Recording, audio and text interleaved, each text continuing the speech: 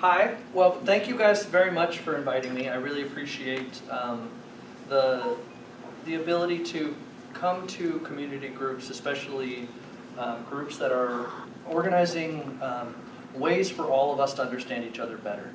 And organizations like the Rumi Forum are a perfect example of a type of organization that can bring people together and talk about the ways that we can communicate with one another. And this talk today, I'm going to be talking a lot about data analysis related to immigrants and their contribution in the U.S.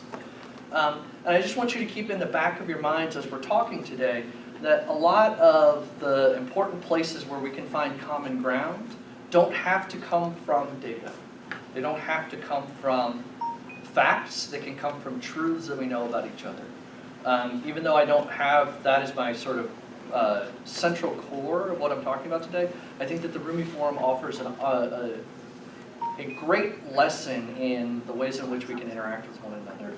And so I appreciate them inviting me and allowing this kind of academic dialogue to take place in their forum. So thank you guys very much. I'd like to start to talk about the Institute where I work. The Institute for Immigration Research is set out as an organization that was founded by the Immigrant Learning Center in Malden, Massachusetts. And their goal in founding us in 2012 was to establish an organization that talked about the real facts about immigration, specifically related to a narrative that was being commonly produced in that time, in the 2012 era, when they were writing the legislation reforms, about immigrants as not contributing to the U.S. financially. And so the organization was going to test that model. And in our mission, we talk about how we want to show, demonstrate, talk about the contributions of immigrants in the U.S., specifically from an economic perspective. And I want to start by saying that we do it as objectively as possible from an academic standpoint. And we still find, almost everywhere we look, contribution after contribution of immigrants.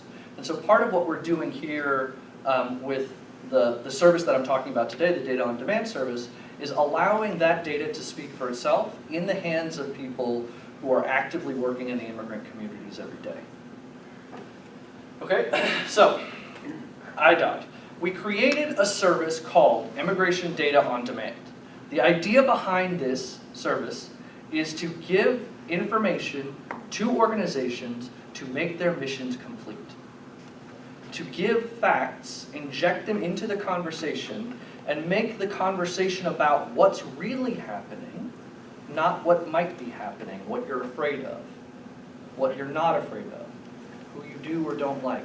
Let's talk about the real things, right? My father and I have long discussions. He's a very different political orientation than me. And we have long discussions about what it is to truly understand what your problem is. And for him, it's about workforce, right? He wants to make sure that the workforce is a well-developed and useful thing in the world. And for me, I say, look at the immigrants. They're bringing skills into the U.S., and they're allowing us to succeed in ways that other countries can't. And so iDod, part of that is making the data part of the conversation that everybody needs to participate in, not just one side or the other. Okay? So, let me give you a little bit of history before I dive into the details of some data. In 2012, our goal was to make a change in the immigration legislation that was being passed through Congress and the Senate. And so we produced a ton of data. We did a lot of hard work, and we produced facts for congressmen and senators based off of their congressional districts in their states, and we sent them to them. But it was all based off of what we wanted and what we thought was important and what we as academics saw as the core of the issue. And so we sent them the data that we were like, look at this stuff, it's really cool, it proves our point. But we never asked the question, what point needs to be made? Who needs to have this data? And so by 2015, the immigration legislation has stalled, and we've done all this work to produce a ton of data, and we forgot that what we need to do is we need to put data in the hands of more than just the people writing the legislation, the organizations that serve immigrants. the cities that are having to understand their new immigrant populations, to provide municipal ordinances or understand the economic contributions in their particular regions. The immigrant serving organizations that do things like language training, right? To be able to give them lists of languages that their immigrants speak, right? That by itself is a useful tool. And so what we realized is that we had to turn the entire system on its head. We were no longer going to be able to provide data to people based off of what we thought was important. What we needed to be was a resource for those organizations, for those congressmen, for those senators. And so we developed a data mechanism, which I'll show you at the end of this lecture, and you guys can make requests yourselves, that allows for individuals to customize the data that they're going to get. They can ask the variables that they want, they can ask the geographies that they want, and we will produce fact sheets for them. And the iDod system grew out of that. It's basically all the stuff that we normally do, but for you. So this is what they look like. It is just a straightforward two-page sheet. And I have a couple sitting on the table for the Virginia metro area related to education. Yeah, you can pass them around if you like. I was just going to say she can come on in. These are related to education, and one of the things they'll tell you about DC is that DC is a very segregated city when it comes to education and income. You can look at some of these maps and look at how different parts of DC are with the relative educational attainment for immigrants. But what you will notice is that there's a huge proportion of immigrants in the DC metro area, but also around the country, that are highly educated. And this goes against some of the common sort of understandings of immigrants in the United States. And so providing data allows us to give people the facts that they need to make the arguments that they want. Now in this particular example that you guys have around here, I'm sorry it's not up for the people on the video, is a customized request that we made for an individual who made this request. So where as an academic I approach this from a data consistency, an argumentation, a logical flow, a theoretical framework, someone may need to make a particular argument to a particular policymaker and need particular facts to do that. And in this particular case, you'll see that these maps relate to educational attainment, but also that we have questions about poverty.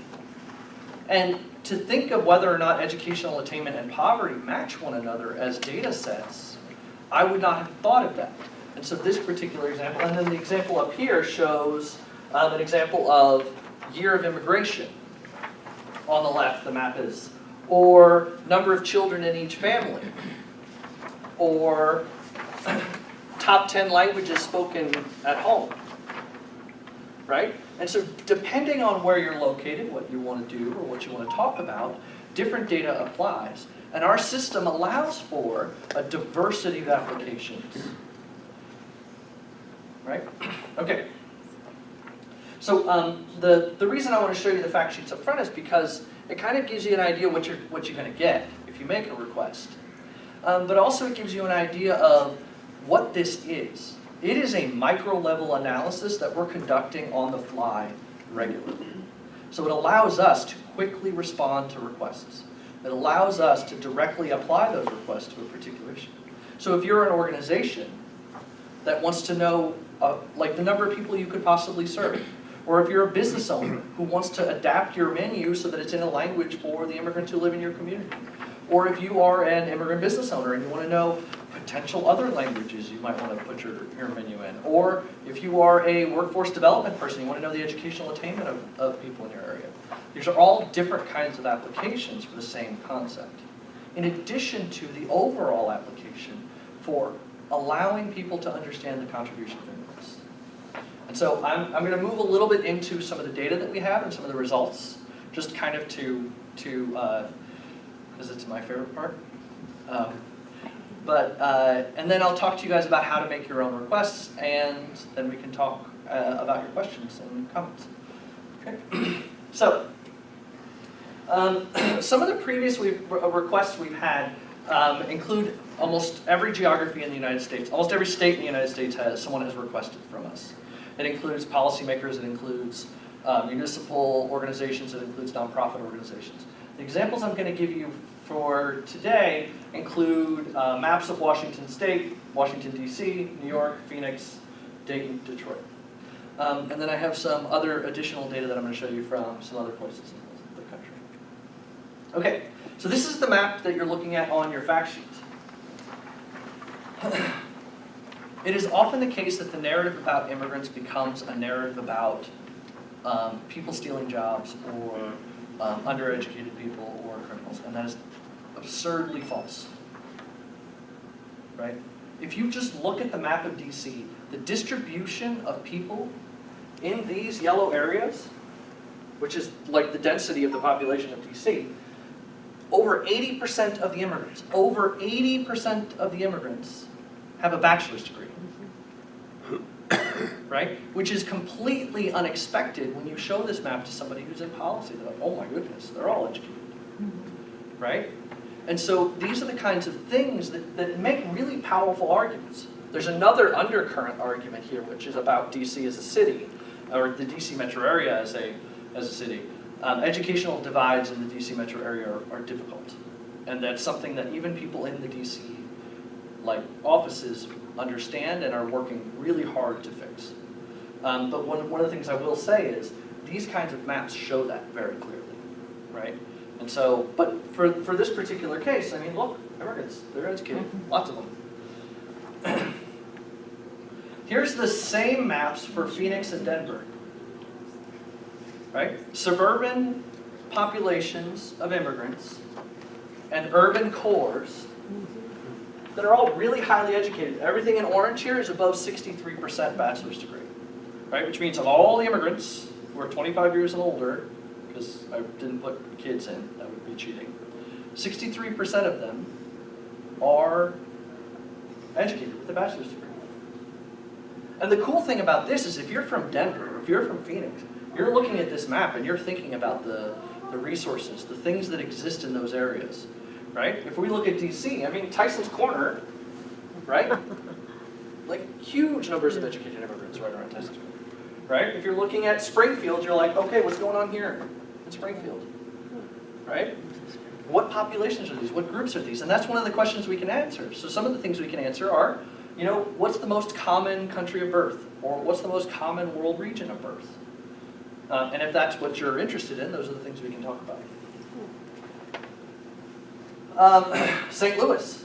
It's not the suburban core of St. Louis or the western side of the city. It's just the core of St. Louis, right? Anybody? No one here. Dayton, Ohio. Sorry, Dayton. Right? But you don't just have to look at education. You can look at other things. This is the median year of immigration for the communities of immigrants that live in these areas. How long have they been there? Right? So basically what this means is half the immigrants in these communities came in after this date, and half came in before. And so for the most part, the ones in orange are immigrant communities where more than half of the community came in after 9/11, right? And so these are places that are usually universities, right? Because they have large immigrant populations, because universities thrive on intellectual exchange that's irrespective of cultural boundaries, right? And in these particular cases, they're usually those. But there are also other places in the state of New York that have young immigrant populations, or old, like deep-rooted immigrant populations that are old populations, right? And so these are things that you can begin to understand about space and time and place with regard to a larger picture than just the myopic view of, I met this one person one time who offended me, right? Now this is a complicated map, I'm sorry, I apologize in advance. But it's another college-educated map. When I talk about data, one of the things that I like to talk about is how it's really important the ways that you display data.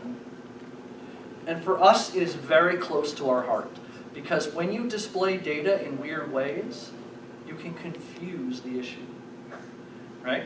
So here, I have two sets of data on top of one another. And what I'm able to show signifies very odd things. So what I have here is it's the similar map as this one, which is just the proportion of college-educated immigrants. But instead of showing it like I showed it on those maps, I've shown it with a double-layered feature. And it creates confusion, it creates complexity that's non-existent in the actual data. So one of the things I always talk about when I talk about these things is be wary of how people display their data. Because sometimes it can create confusion. And so if you look here, it looks muddled and confused, right?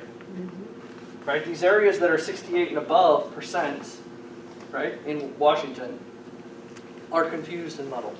And so I just, as a caution for anybody, I always say be wary of data and always ask about sources. Here's a colorful map because I like colorful maps. This is another type of map that we can do with data on demand. We can do a categorical map where we can display the most common occupation for immigrants. Right? In this particular case, this is Detroit, and what we're showing are not what is the occupation, but what is the most common occupation for immigrant workers in these areas. And so for Monroe County, it's production occupations, right? For parts of Wayne County and Macomb County, it's physical sciences, life and physical sciences, right? For Oakland County, center of Oakland County, it's things like food preparation and service, right? And so we can look at the types of occupations that people have to get an idea of how a city works, how a city thrives, and what those immigrants in those communities are doing, in addition to, how they're contributing, right? But other than maps, we can also provide raw data, right? We can give data for people about things. So this is a good example of educational attainment. Each of these bars, the orange bar at the bottom, represents the number of people who are immigrants in DuPage County who have not received a high school degree.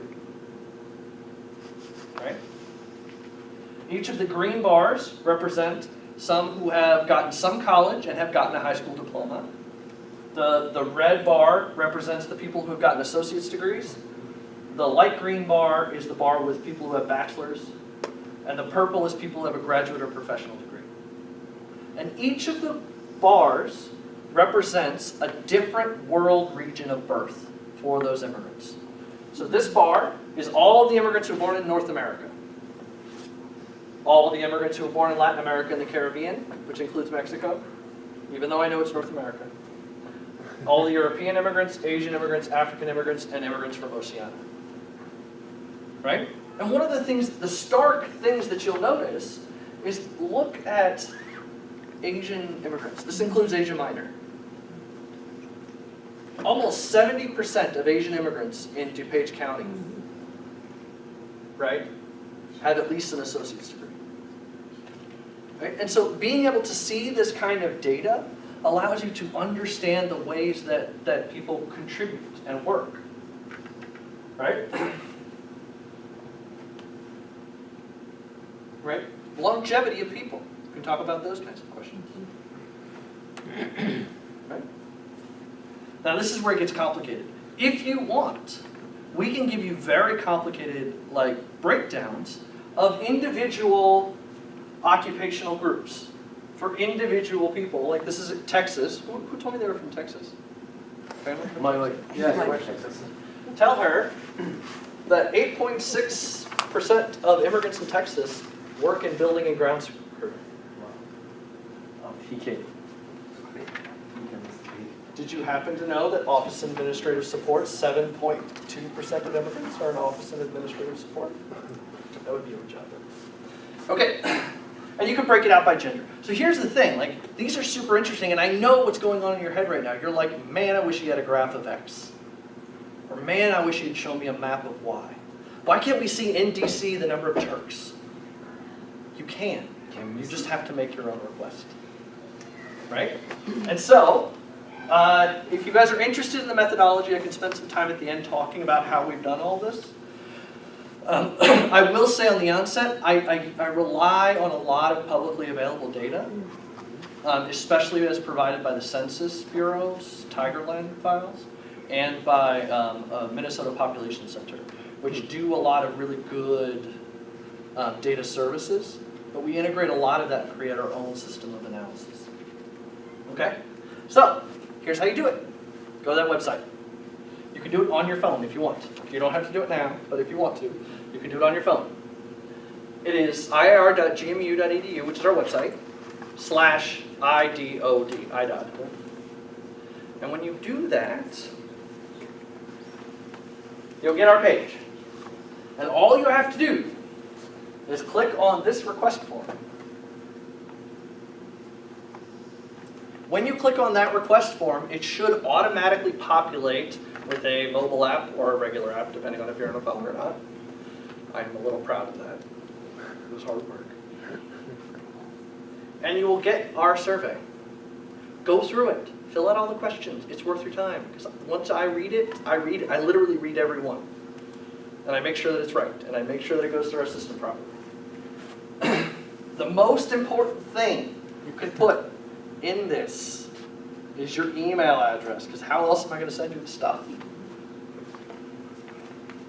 Okay? So after it asks you this personal information, which is just a way for me to organize the data, tell me what kind of project it is. So let's say, for example, you put in your data, I want age, income, and educational attainment for Turks in the Washington, D.C. metro area. That's my thing. That's what I want to see. If you don't describe to me your project, what you're doing it for, I might include things that you don't want. Right? I want to look at all Turks, not just foreign-born Turks. I want to look at Turks who are second generation or third generation. If I don't know that, I can't include them. I would automatically exclude them. Right? So make sure that in this section, where I ask you like detail, just type away. It's cool. I'll read it. It's fine. It helps me. Okay? Then you get to pick anything you want. So, the first thing I ask, because I'm a map maker at heart, I love maps, is I ask you about geography. So these are the geographic sections that I allow for. You can pick a national map, you can pick state level data, you can do counties, we can do cities and municipalities, and we can do metropolitan areas. The difference between a city and a metropolitan area is DC proper, the square, versus DC metro, the big, huge circle. Right? And so, here you get to select that, and then I also give you the ability to do comparisons. Oops. I give you the ability to do comparisons, so you can select any kinds of things. The next thing you'll see is a window that shows you the variables. Pick away, and if my variable is not there, the other variable is, and you can type words. Okay. There are a couple of variables that are especially difficult, which is why I don't usually put them on the list. But there are things that are very difficult to capture. I'll give you a good example. Refugees. It is very difficult to capture the current refugee population because the data sets don't necessarily have all refugees. Mainly because when they get here, they become asylees, and then there's different kinds of asylees, and then so there's a bit of a difficulty there. There's difficulties with visa statuses generally, but other than that, I can do a lot of data, like a lot of stuff. Occupation, industry, household status, mixed households versus single households. I can do stuff on age. I can do stuff on, land tenure. I can tell what kind of floor someone has in their kitchen. There's a variable for that. Thank you, census. I don't know why you all ask that, but anyway. But this is what most people ask about. So, of all of the current, from the first, I think, 2 months of our requests, this is what people asked about. They wanted nativity, immigration. They wanted year of immigration. They wanted language, educational attainment, and occupation. All this other stuff was relatively few. What I found interesting about this is that all of the organizations that we worked with, they wanted to know where people were from and when they got here. some of the most basic questions about immigrants still remain unanswered by many people. And these include people in municipal offices that run county governments, people who work in immigrant serving organizations. They just don't have the data. And so it surprised me because I wouldn't have done this. Like, I would have flipped this whole graph, and all of the charts I would have been sending to people would have been about ancestry and other migration and children, right? Like, I would have been doing that stuff. But what they really wanted was basic data that they didn't have. Like, how many Turks live in this area? Right? A simple question that I didn't know people wanted the answer to. Right? And this is their projects. Right? To get an idea of what kinds of things people are doing, I took all of the project descriptions, you know the part where I told you to type a lot, copied them, and put them into a word cloud. The size of the words is the number of time it was mentioned in their project descriptions. Right? So most people are looking at immigrant communities and looking for information. A lot of people are using it to apply for organizational grants to support their organization's missions, which is like wonderful. I didn't even think about that. I was just trying to get lawmakers to make appropriate laws that relate to database things. Right? And so I kind of end here and I'll move on to questions. But I want you guys to see that there are ways that the academic community can integrate with other organizations, and we don't have to stand alone doing these things because we have the capacity to do it, and we want to do it for you guys. Right? So I'll end there. Thank you very much. If you guys have any questions about data or anything, I can answer those too. Do you have any data on Michigan? Do I have data on Michigan? I currently have some. We produce some from Michigan, yes. Okay. The Yemeni community in Michigan. I'm sorry? The Yemeni community. The Yemeni community Yes. in Michigan. I don't have any data on me currently on Michigan, but I can if you like. I can if you like.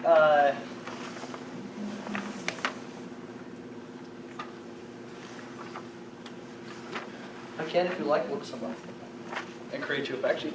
So if you guys want to submit your own requests, I can put them through in the system. We have a queue, but you're welcome to, and I'll definitely do it.